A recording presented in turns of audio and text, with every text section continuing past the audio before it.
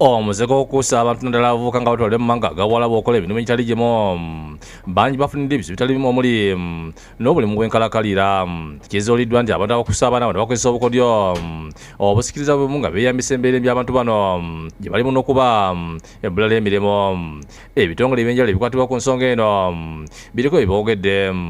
Grace Mukwaya nga yakulira ekitongole ekya Platform for Labour Action Uganda Abalwanirira emmeri y'abakozi agamba nti abantu abasinga okutwalibwa mu mawanga bavuka batasomye kimala ng'ebiseera ebisinga tebeebuuza ani mutuufu gwe bakolagana naye era nga ekisinga okubatwala bwe babeera wano balina obuzibu nti tebasasulwa bakola obusente butono naye ng'ate nabo tebubaweebwa nekibaleetera okugamba owange kangezeeko kugenda wa ebweru. Ategeeza nti bakitudde nti abavubuka bangi abayise mu mbeera ezimu mu mawanga gano batera okufuna ebizibu mu mitwe gyabwe olw'ebikolwa byatuusibwako.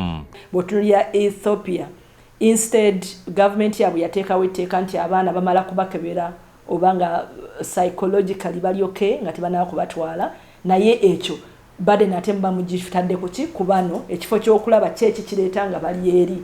Lydia Mwitengo wa kitongole ekya PRN yasabye gavumenti okwongera ensimbi bitongole birwanyisa okukusa abantu. Kuba omusango guno gw'okukusa abantu abagukola bagagga gulimu ssente. So office obanga erina obuvunaanyizibwa okuba nti erwanyisa ekintu ekyo nga talina ssente kiba kigeza nti tebajasobola kikola ki kukirwanyisa. Maria Mwiza nga akulira ekitongole ekyoverseas Workers Voice Uganda obuzibu obutadde ku bavubuka batayigira ku bana abafunye ebizibu mu mawanga ago nti yadde stories ze ne zifuluma nga zogera ku baana bano ababonaabona naye era ne wetwogerera n'osanga nga wakyaliwo abakukusibwa era ne bakkiriza ne bagenda bugenzi oba yadde bano abagendedde mu zi companies nabo bavaayo n'ebizibu byabwe ne babyogera naye bano baganda bange tebanaba kuyiga. Ategeeza nti yakola okunoonyereza ku ngeri abaana gye bakukusibwamu nga bayisibwa ku nsala lwakaaka n'akituuta nti poliisi mu kifo kino yeesulyeyo gwa nagamba. Nakwata ekkubo ne ngenda lwakaaka ku booda nze mwennyini ne njagala okulaba embeera eriwo wabeera watya abayisibwa batya aba officers abaliwo naye ng'ekituufu tewaliwo bwa seriousness obulyawo nti ogambe nti officer ajja kubuuza oyitawo olagawo ovaawa era buli omu yali ku kike ne tuyitawo n'abantu benayina n'endabira ddala freedom eri ku lwakaaka ku booda nga yo tesobola kulemesa abaana bano okuyitawo. Sofiana Mutebi nga y'omu ku bayamba abaana abeera bafunye ebizibu atenya gavumenti obutateekawo amateeka makakali okulwanyisa embeera eno. Ekisaawe Entebbe awo ku airport we wali era abaana be bayita bamafiya baddiira nga mu butuufu bagamba nti omaani tegendayo muntu naye nga babayisaawo kubanga nze buli enfuluma okugenda nsanga abaana bawera na 610 nga bayitawo bagenda omaani naye nga bayisaawo babakwoneddemu. Ategeeza nti amakampuni mangi gakola babuloka ng'abaana batunda batunde ng'ebiddirya tebeefiirayo. Okugeza omwana omu basobola omuwaamu $3,500 zaamutunze $3,500 nga contract ya myaka emeka 2 bw'amujja eno ng'amugamba nti bagenda kuwa emitwalo tugeze emitwalo 95 bwe batuuka eri bamuwa emitwalo 5 naye emitwalo 5 ago ge baba bawadde buli lwoyasa oba kikopo bagira soba kantu konna oba omwana akaabye oba waliwo oba akantu konna ene nti wasiimudde bubi basala ku ezo.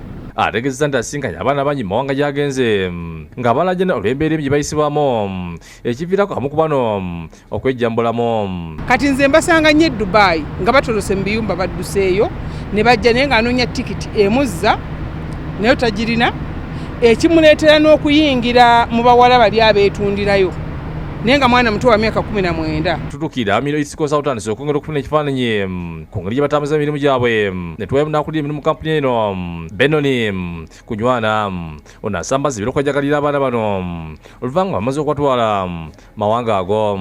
Omwana waffe tumutegeka okuva wano n'atuuka ku kisaawe n'atuuka mu nsi gye tuba tumutwalamu ne tuddamu ne tugendayo ne tumukyalira. Ategeeza n'ekisinza okussa kampuni zaabwe be batuse kino abakusa abaana bano ddala mawanga atalina nkolagana ne Uganda.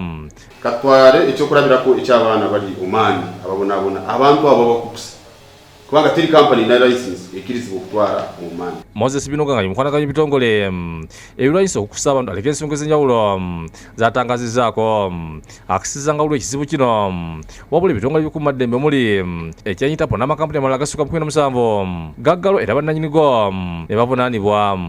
waliwo those other stubborn agencies like Airlight Uganda, Machindye. In fact companies ezisinga obungi zaali Machindye Nalubaga ezabuulizibwako. Abia Holdings International naye yabuulizibwako. Waliwo Pastor Bukenya wakiso kuba nayitwa mutwala mu kooti beewala okubeera nti bakozesa amakuba amakyamu then naffe nga twongeramu amaanyi. Adian Bali Wanika yakusakidde gulino ku Bukedde TV.